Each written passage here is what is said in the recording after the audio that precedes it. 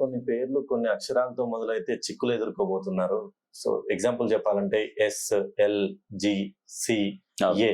So ఈ 5 letters వాళ్ళు తులారాశిలో జన్మిస్తే వాళ్ళకి చిక్కులు తప్పవంటున్నారు. అసలు ఏ విధంగా చిక్కులు వస్తాయి, వస్తే వాటికి పరిహారం ఏం చేసుకోమంటారు?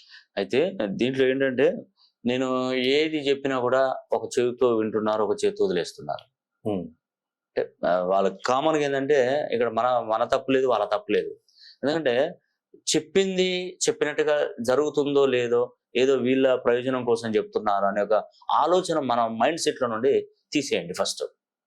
ఇప్పుడు మనకు శాస్త్రం ఏం చెప్తుందంటే, ఇప్పుడు తులారాశి, వృషభ రాశి ఉంది అనుకోండి.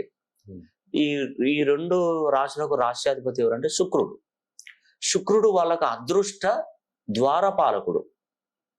అతన్ని దాటుకొని పోతేనే అదృష్ట నిధి అనేది ఉంటది. ఆయన అక్కడ ఉండి నిలబెట్టి తనకి ఫేవర్ గా ఉన్న వాళ్ళని లోపల పంపిస్తారు, ఫేవర్ గా లేని వాళ్ళను బయటకు పంపిస్తారు. ఇప్పుడు తులారాశిలో పుట్టారు, అతను హెచ్ అనే అక్షరంతో పేరు పెట్టుకున్నాడు అనుకోండి, హరీష్ అన్నాడు, తులారాశి అన్నాడు అనుకోండి, లోపలికి పో వెళ్ళిపో, నీకు ఏం కావాలో తీసుకుని బయటికి వెళ్ళిపో అంటాడు. అదే ఎస్ అనే అక్షరం అనుకోండి, ఎస్ అనే అక్షరానికి వాల్యూ పైథాగరస్ లో 3వ నంబరు, అదే 1వ నంబరు, చాల్దియన్ సిస్టమ్ లో 3వ నంబరు.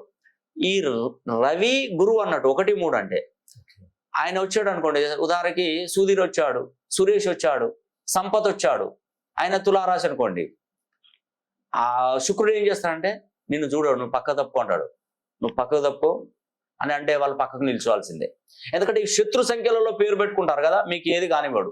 ఉద్యోగాలు లాస్ ఏర్పడుతుంది, వివాహాలు నష్టపోతారు, డబ్బులన్నీ చేతిలో ఉండి ఖర్చు అయిపోతాయి. మీరు డబ్బులు ఎవరికైనా ఇస్తే తిరిగి రావు, డబ్బులు అన్నీ ఎవరో కొట్టుకోపోతాడు. కష్టపడి సంపాదించిన డబ్బంతా కూడా ఒక గద్దె దనుకపోయినట్టు అనుకపోతుంది. డబ్బంతా కూడా ఎస్ గాని, ఎల్ గాని, జి గాని, సి గాని, ఏ గాని అక్షరాలతో పేర్లు మొదలయ్యేవారు. ఇప్పుడు ఎస్ అనే అక్షరం ఉంది, ఏబిసిడిలలో ఎస్ అనే అక్షరం లెక్క పెట్టుకొని చూడండి, 19వ నంబర్ వస్తుంది. చూసారా, 19వ నంబర్ అంటే 9 + 10 1 మళ్ళీ. ఇటు చాల్దియన్ సిస్టంలో, పైథాగరస్ సిస్టంలో 3 1వ నంబరు, ఇటు సీరియల్ కొట్టినా కూడా మనకు 1వ నంబరే వస్తుంది. అందుకే వాళ్ళకి ఎక్కువగా సమస్యలు వస్తుంటాయి. అందుకే మన తల్లిదండ్రులు పెట్టిన అప్పుడు ఈ న్యూమరాలజీ ఎక్కడితే ఆస్ట్రాలజీ అసలు రాసుకుందాం అంటే పెన్నే లేదు. ఒకప్పుడు ఉందా పెన్ను? అక్షరాస్యత అనేది అప్పుడు ఉందా మనకు? పెన్ను లేదు, ఏదో ఫౌంటైన్ పెన్ను దాంట్లో సిరా పోసి రాసేది. పెన్ను కొనుక్కోవాలంటే పెన్ను జేబులో ఉన్నాడంటే పెద్ద చదువుకున్నాడే ఉండాలి. అప్పుడు 10th క్లాస్ చదివితేనే డిగ్రీ, పీజీ, బీటెక్, ఎంటెక్ చేసినంత వాల్యూ. కాబట్టి తల్లిదండ్రులకు తెలియదు, వాళ్ళు పేరు పెట్టారు. ఇప్పుడు ఏం చేస్తాం, పేరును మార్చుకోవద్దండి, కేవలం నోట్బుక్ లో రోజు ప్రాక్టీస్ చేయండి, నేను కరెక్షన్ చేసి ఇస్తాను, డిగ్రీస్ పెంచుతాను.